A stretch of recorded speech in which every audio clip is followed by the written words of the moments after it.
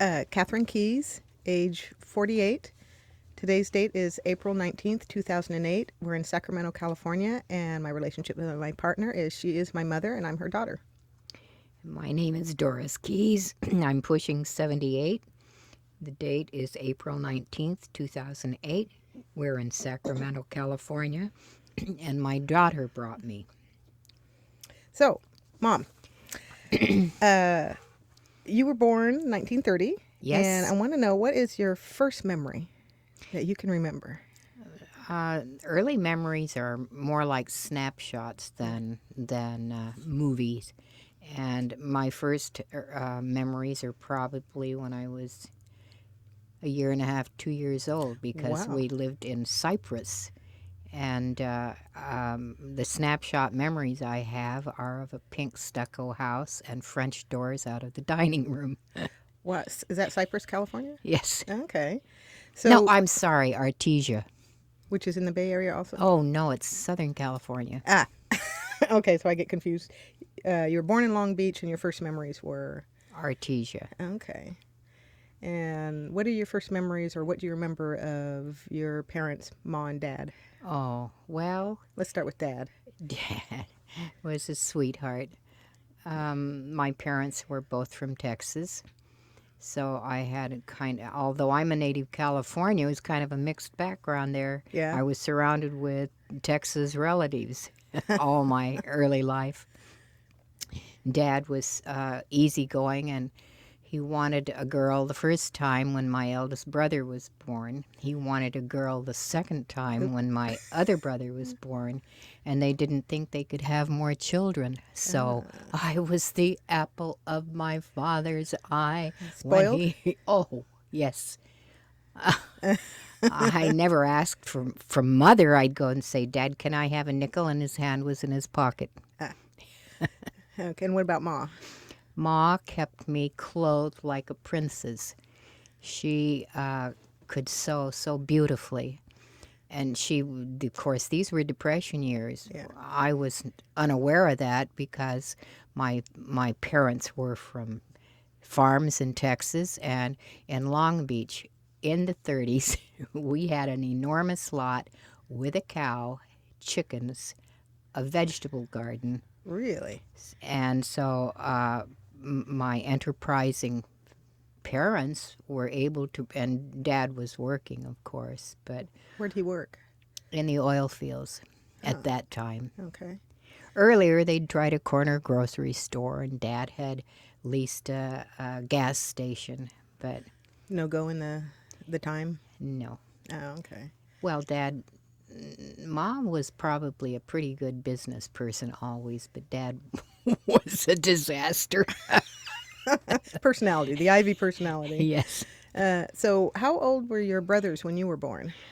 Oscar was 15 and Howard was 9. Wow. And so what do you remember of them? Oh, Let's start with Oscar. I was blessed with two of the greatest brothers in the world.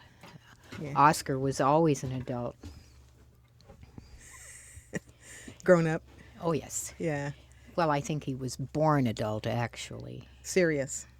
Very serious. and responsible. Uh-huh. Howard was young enough to be a playmate, and I can recall very clearly when I was young, I would plead with Mother, let me sleep with Howard, let me sleep with Howard, because he would make up stories, and they didn't have an ending. They would go on until I fell asleep. Oh, wow. Yeah. Did any of them have a nickname for you? Oh, yes.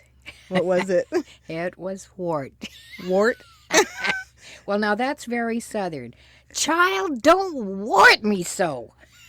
Is that worry? Don't worry me. Don't cause me problems.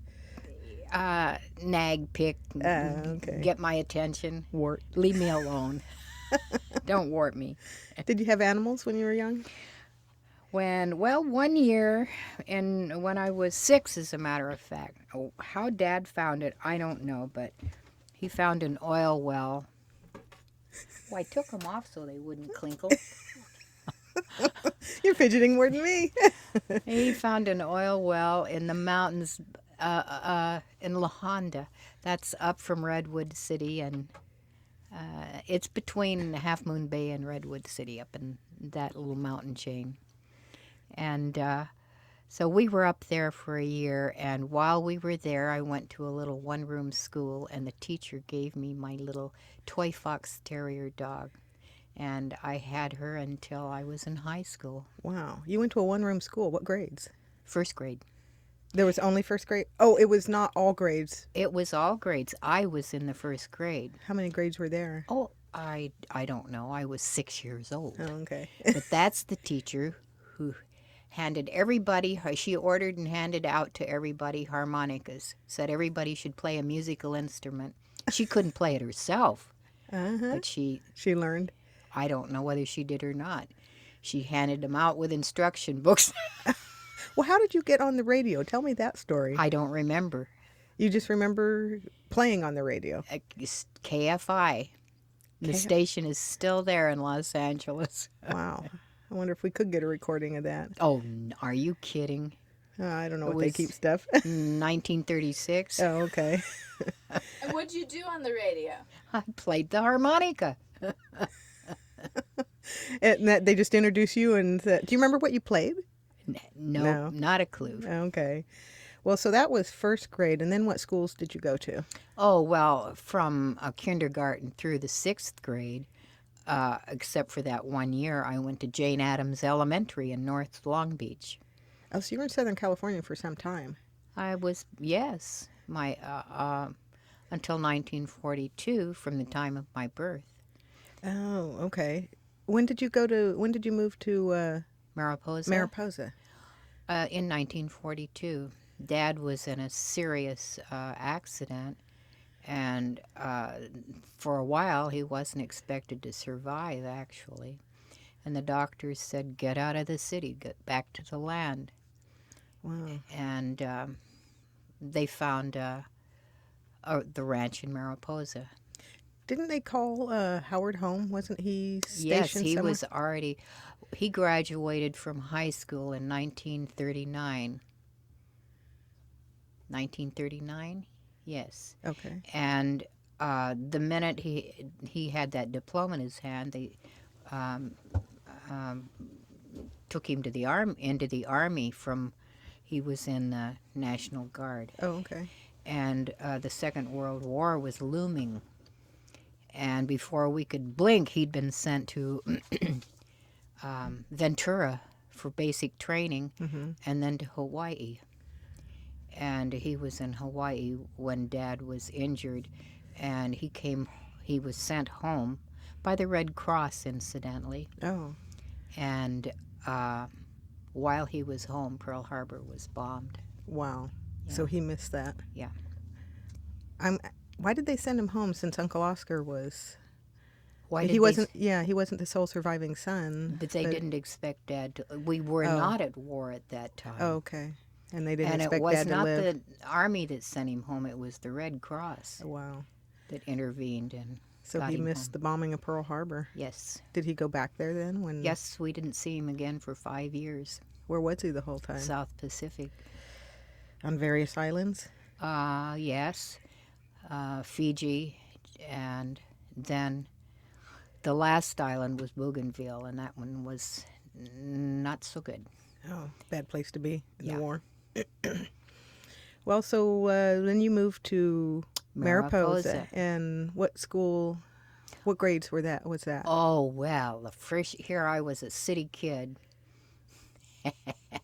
And my fifth grade teacher said to my parents, I'm so glad you're moving to the country while Doris is still sweet and unspoiled. I went to a one-room school, and I tell you, it was years before I understood some of the words those kids used. At the one-room school? Yes. Oh. Lumberjacks from lumbering families, and so for 1 year I went to a one-room school, and then the superintendent of Mariposa County decided that I should go into Mariposa, so I rode the high school bus into 8th grade grammar school. Oh, so you still would have been at that school if he I hadn't done still that. would have been at that school. Why did he do that? Well, bless his heart, apparently he got hold of some IQ results Uh, and decided I should be going into school. Getting a better, quote unquote, better education. And then 4-year high school was in Mariposa. And for my freshman year, we were still on the ranch, and I rode the bus in daily. Now, is that when you started acting in high school? Yes. And you tried out for plays, and Yeah. you sang and sang at that time too. I didn't had a part in the senior play that year because nobody else could put on a football uniform and look like a 10-year-old. you? So what was high school like? Oh, it was the kids came from the mountains, surroundings, from Yosemite, so it was a nice mixed bag, and some remarkable kids came out of that little school. Really? But it was, by Sacramento standards, a very small Yeah. school. And my brother owned the telephone company, and my dad owned the butane company, and I was in high school. So amongst us, we knew everybody in the county. Yeah. Didn't you work for the Uncle Oscar? Oh, yes. What'd you do? I took my, well, he bought the telephone company, and before it was converted to dial, we all took our times. He hired a girl for a 9 to 5 shift, but on Saturdays and Sundays and evenings, Winnie, my sister-in-law, and mother and I took shifts on the switchboard. Well, so that's where you actually plug in. Somebody We calls plugged you, in. and You remember Bill Stewart? yes, There used to be a radio program called Fibber McGee and Molly, and she would say, "Number, please," and Fibber McGee would say, "Is that you, Mert?" And so Bill always called me Mert. Mert. Yeah. Didn't you tell me one time when Uncle Oscar kept calling and bothering you? Oh, yes. What happened? Well, it was evening and it was slow, so I was either trying to do some homework or just reading, and it kept flipping. A light would flip, and I'd plug in and say, "Number, please," and it was my brother on some line or other. And that happened perhaps 3 times, and I plugged that jack in and said, "What do you want?" And the sheriff said, "Well, if it wouldn't be too much trouble." Oops.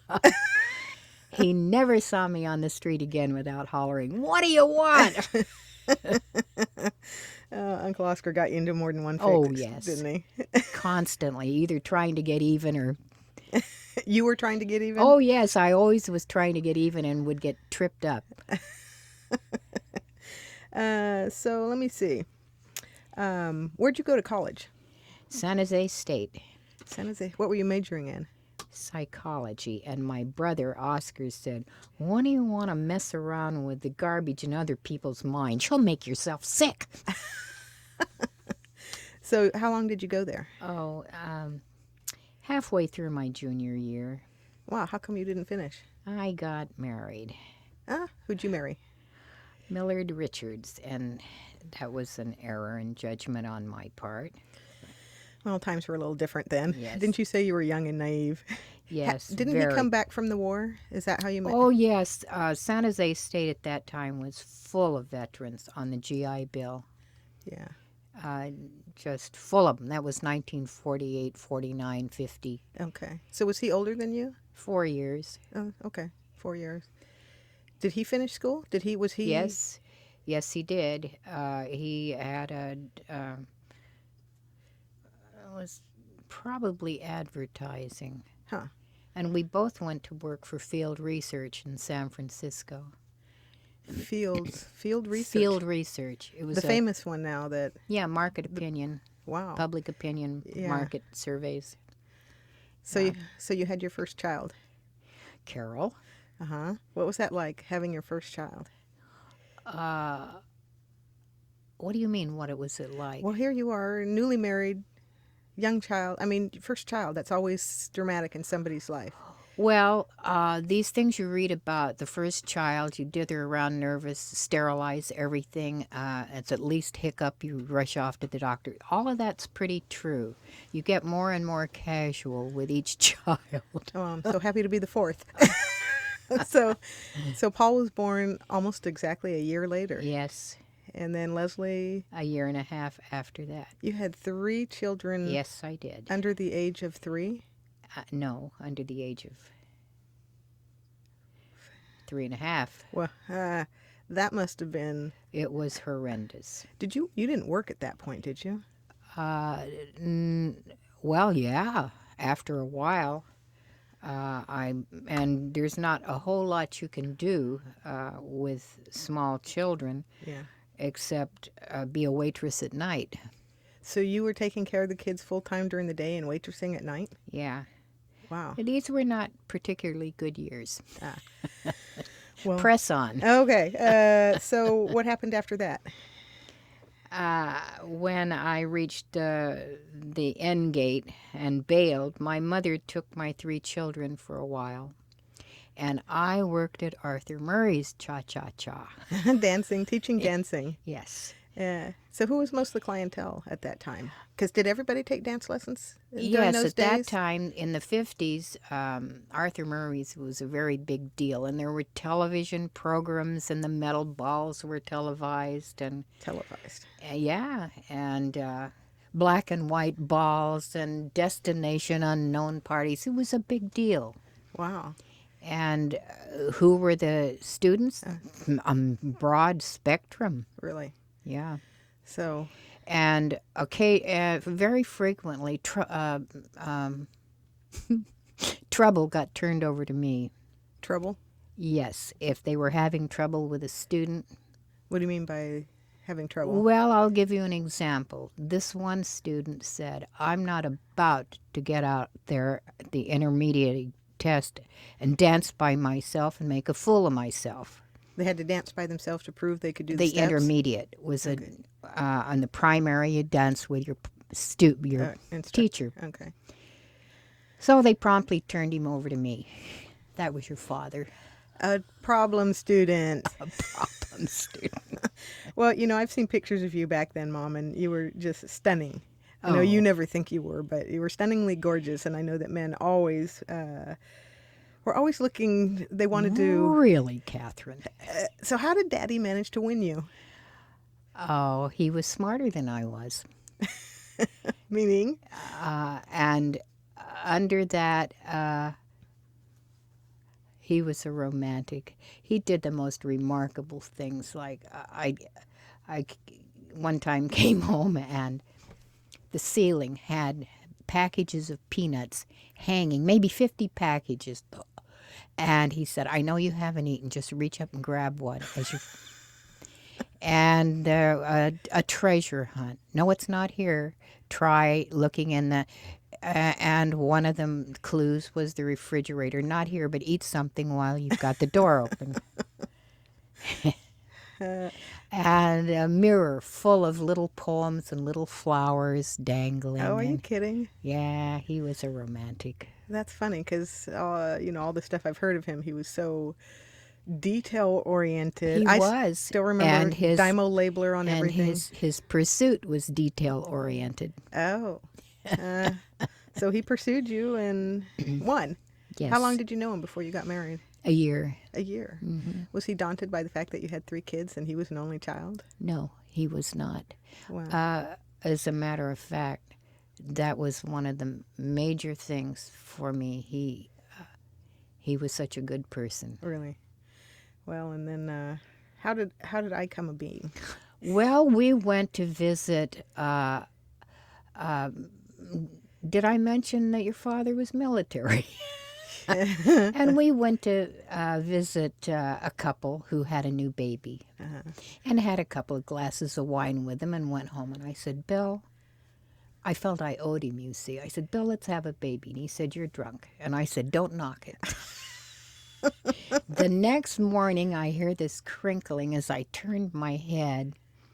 And I lifted it up off the pillow, and here was pinned to the pillow a note that said, "Remember, my pleasure, but your idea."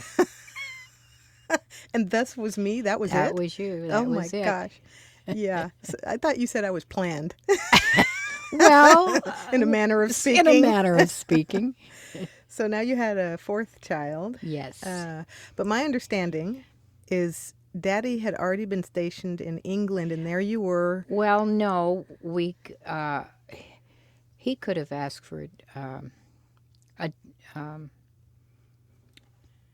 to wait to be reassigned, but we talked it over and decided there were worse places to go Than than England. England. Okay. So he went, and I stayed home and had you. So you had 3 kids and were pregnant with me Yes, at the time he was in England. he was in England. You were planning to follow, though. Oh, yes. Yeah. And how was that? 3 kids, Oh, pregnant. that trip was nothing I would ever want to. We left San Francisco at about 4 o'clock in the morning.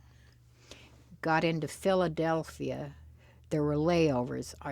I don't remember, except that we got to Philadelphia. Now, you'd had me by that point, so you had Oh, 4 you were kids. 6 weeks old. Oh. Air Force won't let you travel prior to that. Oh, is that what the time frame was? Okay. And in Philadelphia, we had to get off and wait for a limousine to take us to McGuire Air Force Base. Was that a military limousine? Yes. They had planned that? And it was midnight probably before we got on the limousine to get to McGuire, and maybe 2 or 3 in the morning. Now, all these little kids had been up for like 24 hours. Unceasing, and they were just cross-eyed with fatigue, and I was reeling. I had a 6-week-old baby. Yeah. And the guy on the desk felt sorry for me and said, "I'll take care of your luggage." So we all went up and fell into a coma. And the plane was leaving the next morning, so we got down there in time. No luggage. We went through. There are hundreds on McGuire of all of these little Quonset huts? storage thingies that hold luggage, and finally they said, the plane is being held for you. We can't wait any longer. Yikes. And somebody had a bright idea and looked behind the counter where we had checked in, and there was the luggage. So here sits a plane full of maybe 300 people Yikes. waiting for us. I bet they were happy to see so many little children get on. Well, the stewards were enlisted military guys, and they were terrific. Yeah. So and of course, everybody but you was very excited and couldn't settle down in spite of the lack of sleep. So finally, the sun went down. And everybody had just drifted off to sleep when, son of a gun, it came up on the other side. We were traveling. Okay, traveling east into the sun. So we got to Mildenhall, England, and the check-in said, "Where's your sponsor?" And I said, "He's waiting for us at Bruntingthorpe." And they said, "Well, you can't leave here without your sponsor." And I said, "Fine, you take care of the kids. I'll take a nap." And they let me get on the shuttle, and they let you go. So that you hadn't seen Daddy in how long? Oh, well, it was several months. Wow. And there he had his first child. Yeah. And then the others too. So Yeah, so. And he was so afraid he wouldn't have housing available for us. He rented this 3-story wind tunnel in Leicester. Where was that? What was that? Leicester. The first place we lived was Leicester. Okay. And that place was impossible. But as I said, he was so afraid they wouldn't let us go until he had suitable housing. So then we moved to Foxton, What was his reaction when he saw Kathryn for the first time? I'm vague on that because lack of sleep, I just said here and handed her to him. Well, and just And well, it must have been pretty amazing having gone from a only child, small To family, four. to 4 kids. bless his Virgo heart. Yeah. And he held up very well under the onslaught. Well, what was it like being American living in England at that time? It was the English were liked Americans, so it was a very good experience. The money was horrendous because we do it on a decimal system of 10. They do 12. Okay. So I'd think, okay, I've got it straight in my head. Until I'd go and say how much, and they would say £3, 6 shillings, tuppence, and I go totally blank. And those nice people, it was like, I'm sure this is frequently the way retarded people get treated. They would slow it down and get louder. 6. No, I wasn't counting back change, but I always went home with my pockets sagging because I would hand over paper money and take back a lot of change.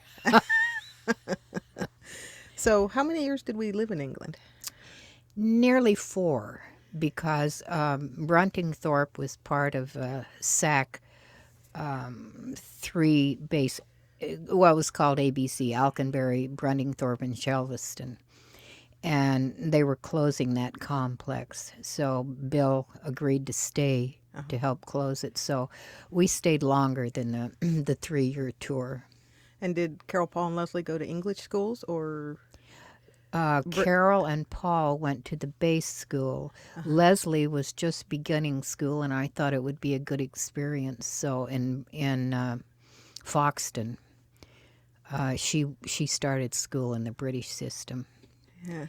So how was that? Oh, it was fine. And the headmistress, I could, some charming things happened on this piece of paper, the kind of paper that elementary school children have, with the blue stripe. Yeah, the lines, Right. with the dotted. Torn out, Miss, whatever her name was, requests the pleasure of the company of Miss Leslie Keyes for tea at the very formal third person. Oh, on the school paper. Yes, yes. So, but the object was to teach proper manners. Oh, did she do that for all the students? Oh, There was a yes. tea for all the. Okay. And I responded, third person formal. Miss Leslie Keyes accepts with pleasure your kind invitation. So you were part of the officers' clubs? Yes. What was that? The Officers Club? Players? Oh, well, that was a play I was in, yes. Oh, so you still continued to act and Oh, sing sure. and dance? Little theater has always been, fun. Yeah. Well, let's jump forward to North Dakota when we moved there. North Dakota was a very busy time in all of our lives. How so? Well, the kids were in school and we were living on base, so they had companionship within easy reach all the time. Bases are very safe places, especially a SAC base in those years. SAC, You didn't Strategic Air get on, Command. you didn't get off. Oh, okay. And so I never kept an eye on where they were. They knew there were places that were off limits. Such as? Well, the fence that separated the base from the farmers' fields, for example. Okay. And there were just places on the base that were off limits. Such as? Well, it was a SAC base. So what? Oh, you're talking missiles under the ground. Missiles, flight lines, all kinds of stuff. Okay. And I still remember, I don't remember what time of the day it was, but no matter where you were when the national anthem went off, everybody stopped, turned, and put their hand over their heart. Yep, that's military. I just recently talked with someone, they still do it. They still do it. Yep. They turn. Well, the difficulty is, where do you turn?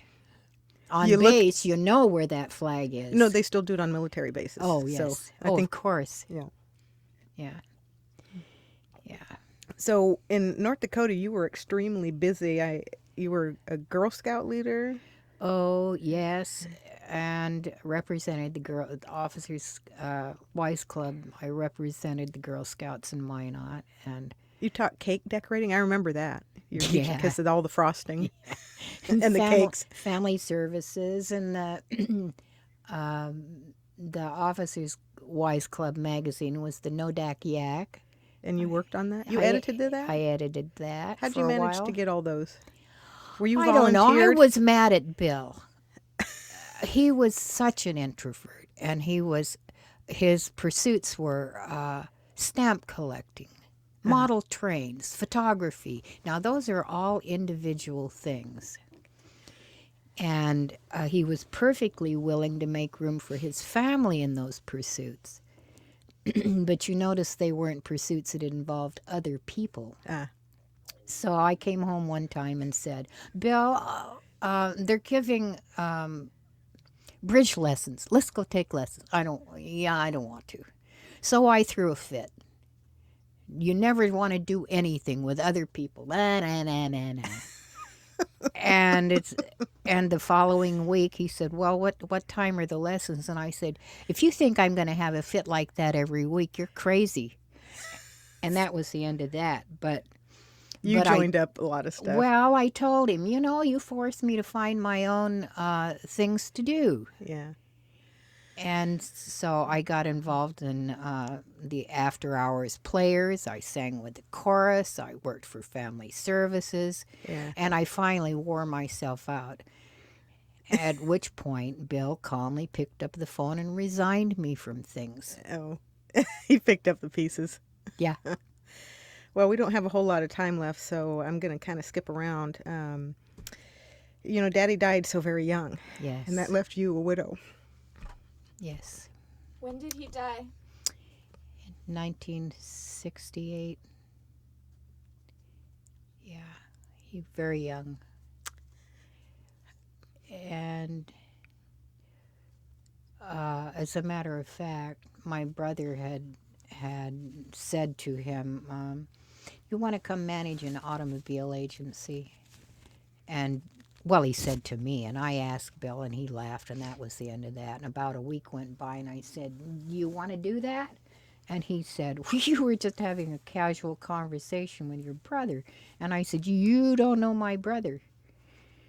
So we talked it over, and he had 22 years of service then and decided that was a pretty good block for retirement. And so I sent the 3 elder kids out to Nevada, and we had just passed housing inspection. And Bill and Kathryn and I went over to some friend's house to get a fold-away bed for our last night in Minot. And as they carried it upstairs, Bill had a heart attack. And He was a pretty determined guy. I think he survived because of his love for you. yes, that's true. The doctors tried to tell me gently that he would not survive, and you hear what you want to hear. I said, well, will a 5,000 elevation be a problem? And he said, no, not really. Yeah. And Bill astounded that cardiologist by surviving. Yeah. But I came to accept in time that it was a temporary reprieve. Yeah. And So when he died a year and a half later, yeah. he was 41 and you were 37. Yeah. How did you handle raising 4 kids all by yourself? Well, it didn't occur to me to do anything else. Really, what do you do? Well, I mean, the pressure. Well, actually, without the activity and noise and confusion and hoo-ha that involves 4 kids, I would have been in much worse shape. Yeah. But, I just remember, I don't ever remember ever hearing you complain about anything. I didn't know that we ever struggled. I never knew that you had to juggle funds.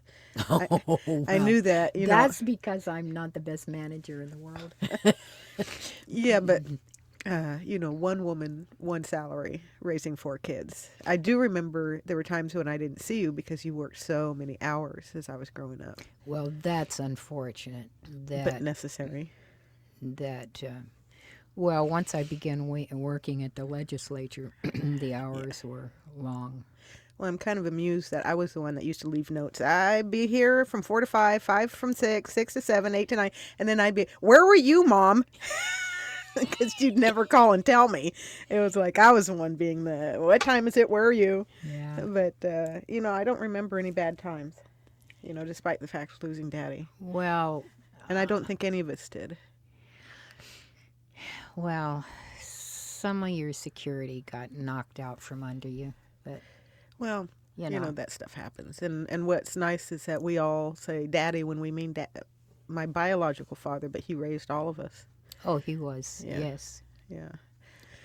He So, was the daddy. yeah. Well, all right. Unfortunately, we only have about 5 minutes left. So, I want to talk a bit about your career because you worked at the state capitol for a long time.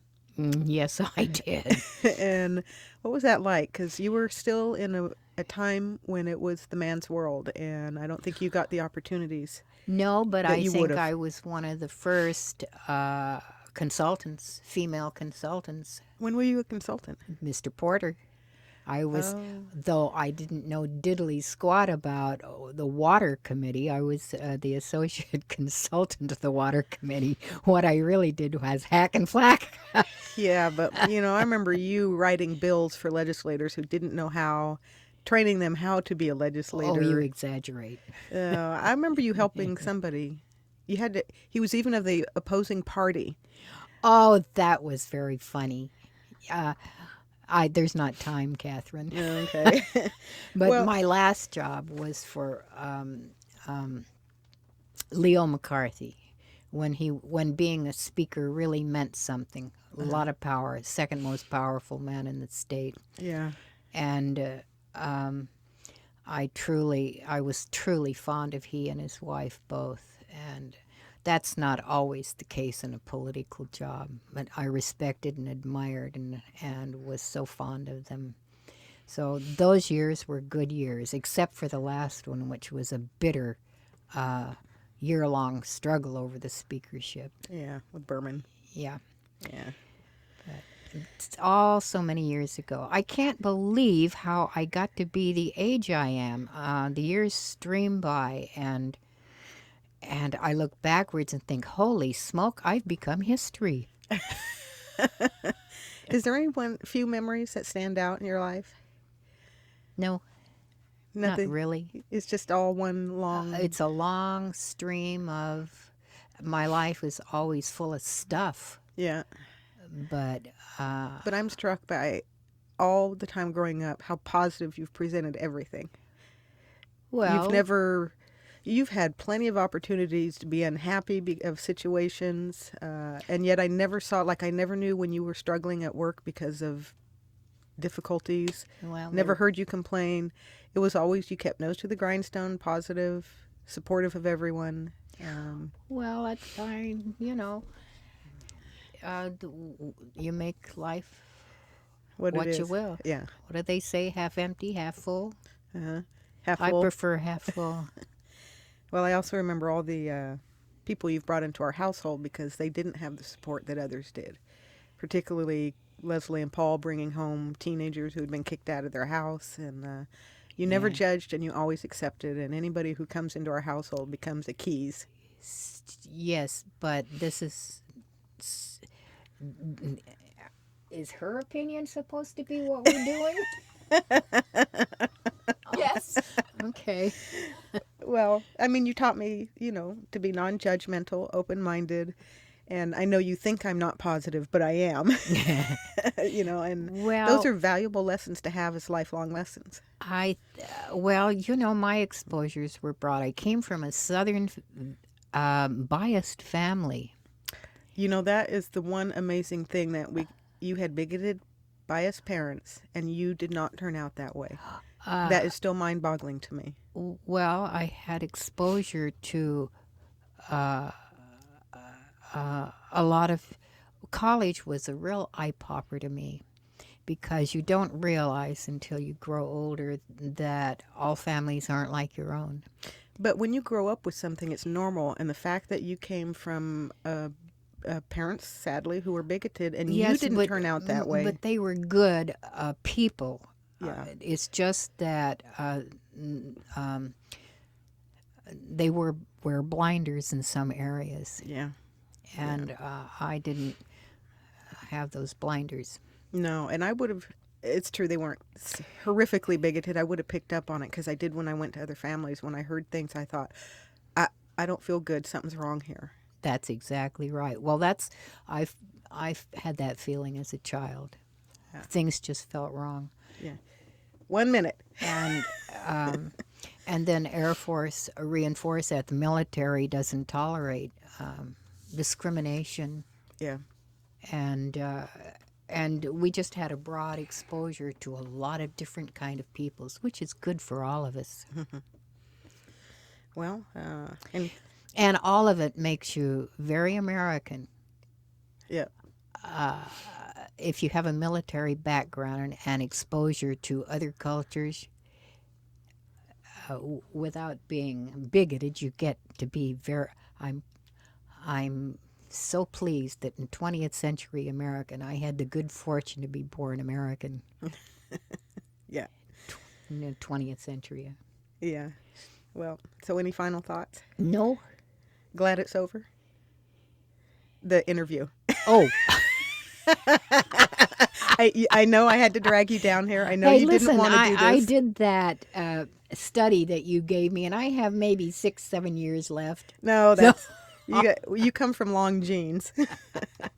But I know you didn't want to do this, and you have a lot of stories that you don't understand how much they mean and the impact they make. Yes, but for posterity, I don't have anything important to say. Yes, you do. You had an impact on a lot of people throughout your life. Well, So there you go. I hope it was positive Yes, in that case. I know it was.